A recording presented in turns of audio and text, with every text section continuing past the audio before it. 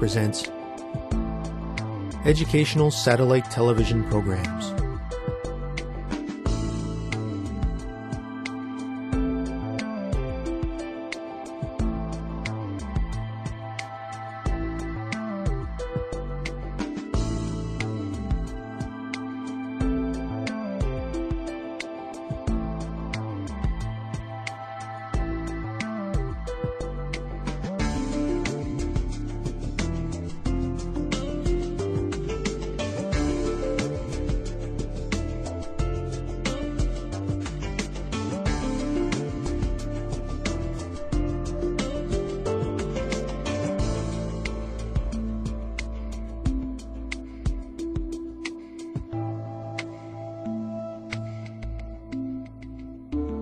Hello, teacher.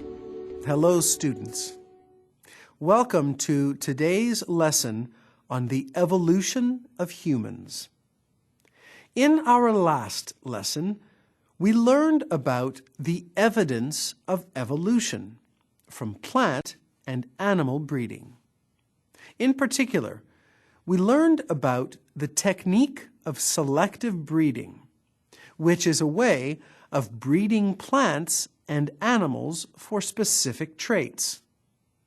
In this lesson, we will discuss the biological evolution of humans and, in general, hominid evolution. Let us get started with the lesson. Students, have you ever heard the statement that humans evolved from monkeys? Based on what we have learned in previous lessons, why could this be true? Students, let's get ready. Begin.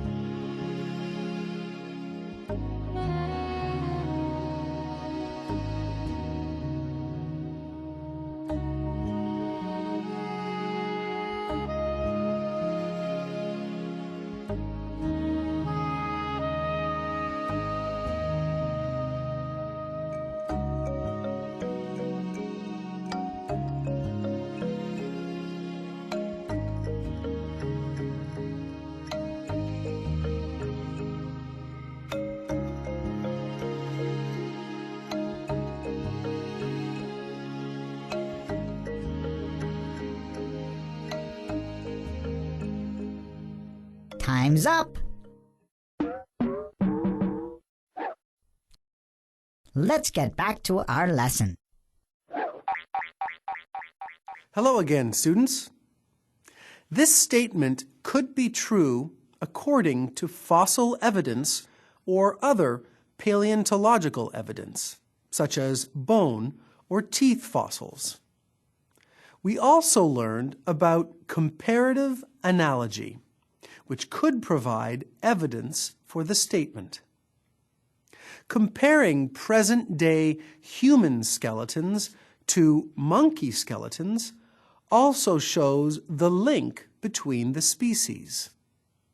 We could also look at the biochemistry between the two species. We could examine the DNA between the species to see the likeness between molecules and cell reproduction. The statement, "humans evolved from monkeys," does hold some truth.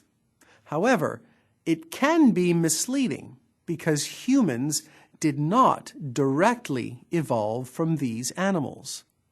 In fact, there has been a line of evolution spanning millions of years that links Old World monkeys to New World monkeys, to apes, and to the different species of hominids that have lived over the years.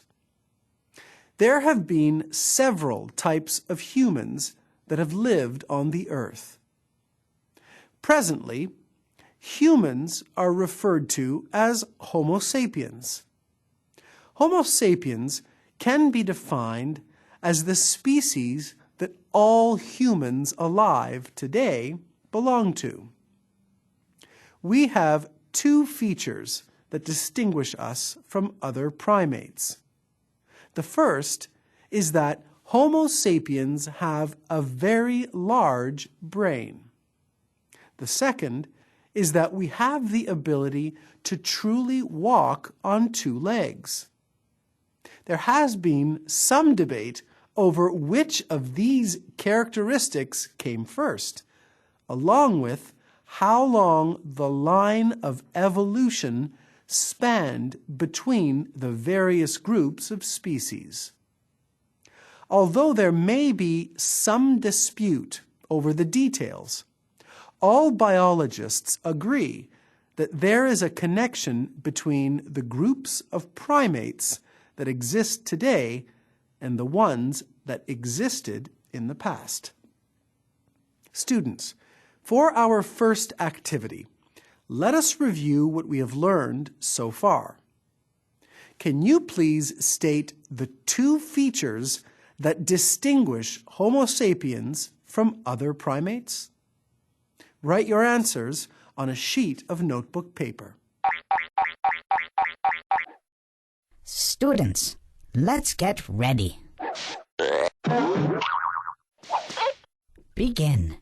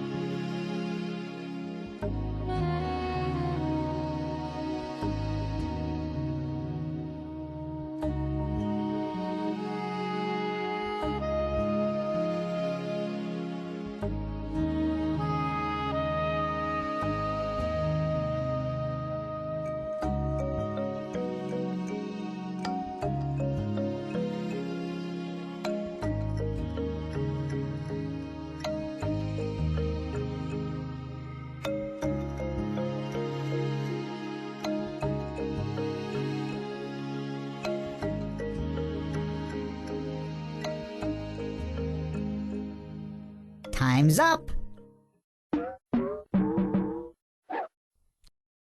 Let's get back to our lesson. Welcome back. If you answered that Homo sapiens have a larger brain and can walk on two legs, then you are correct. Great job. So far in this lesson, we have talked about Homo sapiens, which is what we are. But before Homo sapiens evolved, there was another type of human called a Neanderthal. And before Neanderthals, there was a species called a pre-human. All humans belonged to the genus Homo. Genus is a term to describe a group of closely related species. All species belonging to the genus Homo, including Homo sapiens, Neanderthals, and pre-humans, are called hominids. Ethiopia has played a very important role in the discovery of the evolution of humans. In 1974, two men named Donald Johanson and Tom Gray discovered fossils in Hadar that explained the evolution of modern humans and monkeys from a common ancestor.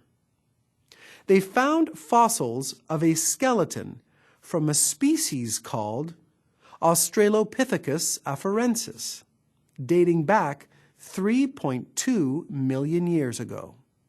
They named the fossils Lucy.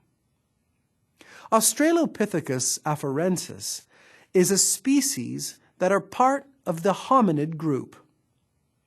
As we learned, hominids include all the species belonging to the genus Homo, along with other species like Lucy.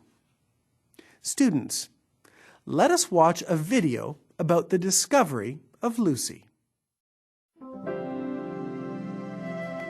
In 1973, in Hadar, Ethiopia, an intriguing fossil was found by paleoanthropologist Don Johanson. I was surveying late one afternoon when we were out collecting some elephant teeth. And I looked down on the ground and found in a couple of pieces this knee joint.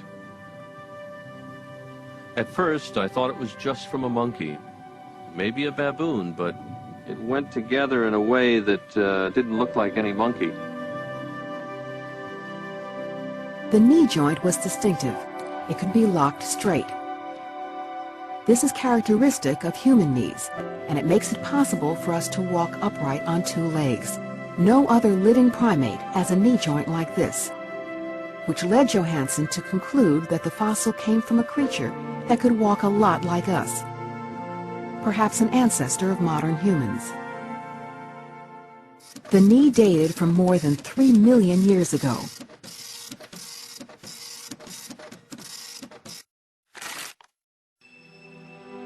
At the time of its discovery, it was one of the oldest fossils to show evidence for upright walking. The knee generated great interest in the scientific community, and the following year, Johanson and his team returned to Hadar to continue their research. Searching for fossils takes a trained eye and a lot of patience. One day, Johanson and his student, Tom Gray, were crossing a piece of ground they had walked many times before, when something caught their attention. Looking around, they saw parts of a leg bone, a piece of jaw, and a fragment of skull. A meticulous search revealed more and more fragments. Back in camp, assembling the pieces they had found, the team realized with elation that they had found most of an entire skeleton, older than any others known at that time. Characteristics such as the shape of the lower jaw and dental structure revealed a mix of ape and human-like traits, unlike anything found before.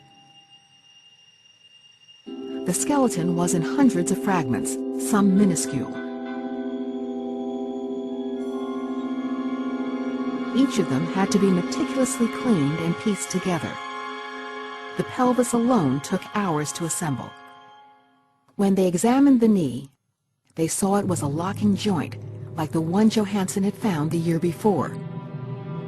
As the skeleton came together, they realized it was a very small adult female, just 3.5 feet tall.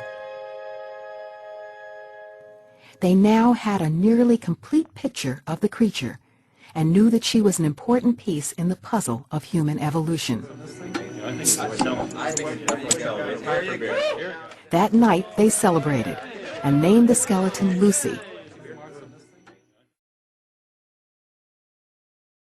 Lucy's skull was incomplete, but they had enough pieces to conclude that her brain was quite small. Later expeditions yielded more skulls of Lucy's kind, and ultimately an almost complete skull. The delicate task of piecing all the fragments together fell to anatomist Bill Kimball. Even already we can see that as we assemble larger pieces from smaller pieces, joining them together, we begin to get a fairly impressive picture of a species that has a very ape-like face with big protruding brow ridges, very ape-like. Lucy's skull featured a receding forehead and prominent face. Her brain was roughly the size of a chimp's. Lucy showed that our ancestors walked upright long before their brains grew larger. Although recent fossil discoveries have revealed that earlier hominids were walking upright for at least 1 million years before Lucy was born, she remains a landmark fossil find more than 30 years after her discovery. Hello again, students. I hope you enjoyed that video. As we saw, Lucy's skeleton was about 40% complete, which is unusually high for a fossil skeleton. Her pelvis, femur bone, and tibia showed that she could walk upright on 2 legs. But there was also evidence that she was partly tree-dwelling. Her frame was about 107 centimeters tall and 28 kilograms in weight. The portions of her humerus and femur were midway between those of a modern human and a chimpanzee. We also saw in the video that Lucy settled the confusion between biologists who thought the large brain came first and those who thought the ability to walk on 2 legs came first. The discovery of Lucy made it clear that over time, species of monkeys began to evolve into pre-human species. Lucy was a significant finding that proved the link between the different species. For our final activity, students, recall what we have just learned and define the terms Homo sapiens and hominids. Students, let's get ready. Begin.